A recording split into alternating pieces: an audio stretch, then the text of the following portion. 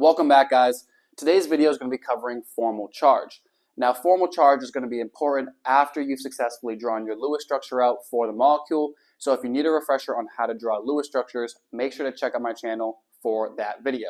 So let's use this formula to go through and label the formal charge, or simply the charge, on each one of these atoms in these molecules. So the formula for formal charge is the number of valence electrons minus the number of electrons the atom has in that particular molecule.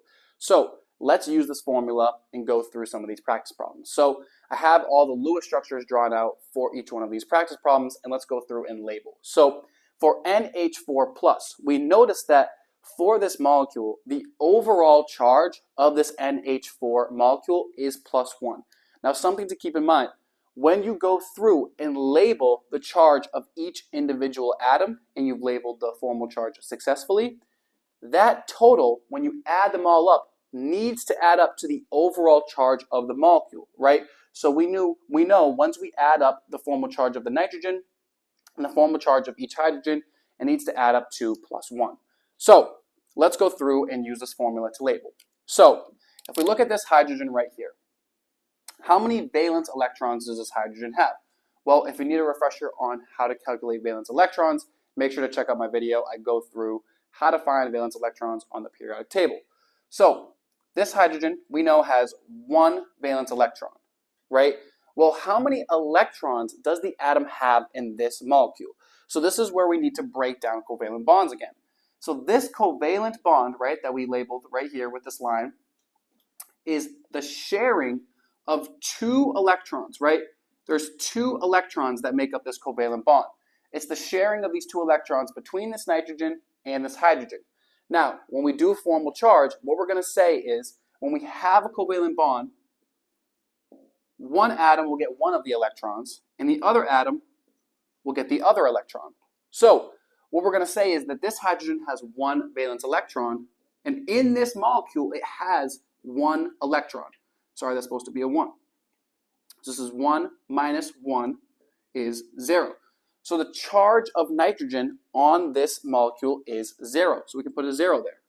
Okay. Now, if we see, each hydrogen is going to be the same on this molecule, right? Each one of them has one valence electron, right? And if we look at this bond right here, this hydrogen will get one electron. This nitrogen will get one electron from this bond. This will be 1 minus 1 is 0. So all of these hydrogens have a formal charge of 0. Now, as a rule of thumb, you are most likely going to see hydrogen have a formal charge of 0, right? So how do we see that this NH4 molecule have a +1 charge, right? How are we going to see that?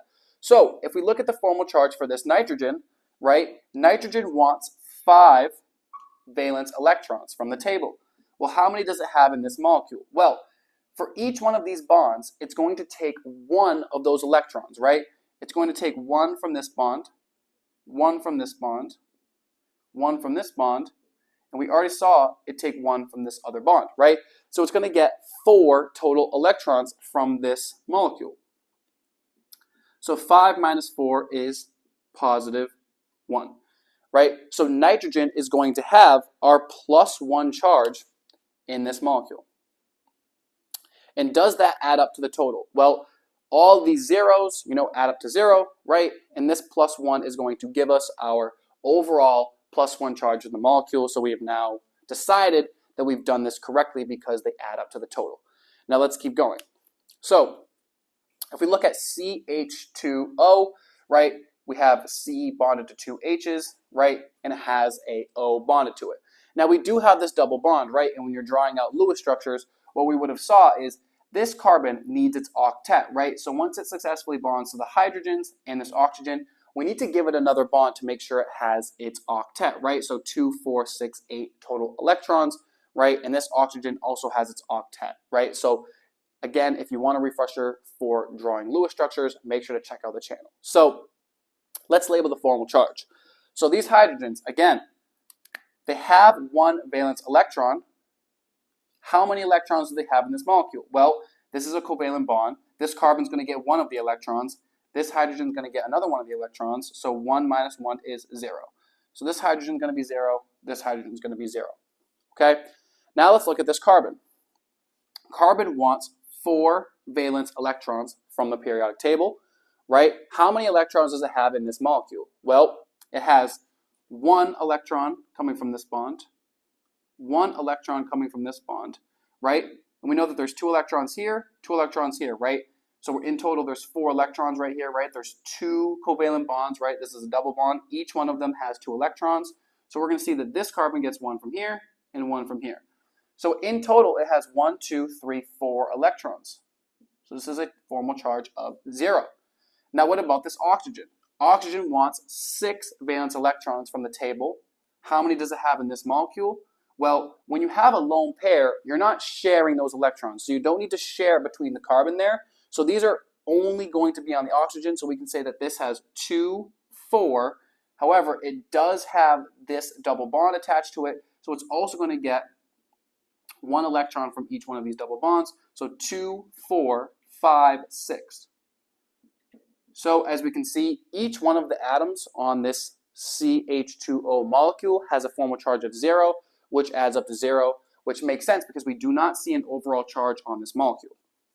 Now, our last example, we have CH3CO2H, right? And this is a little bit of a complicated Lewis structure, right? Make sure you're practicing those Lewis structures so you can get this Lewis structure successfully drawn, right? But if you follow it left to right, you would see the carbon's bonded to 3 H's.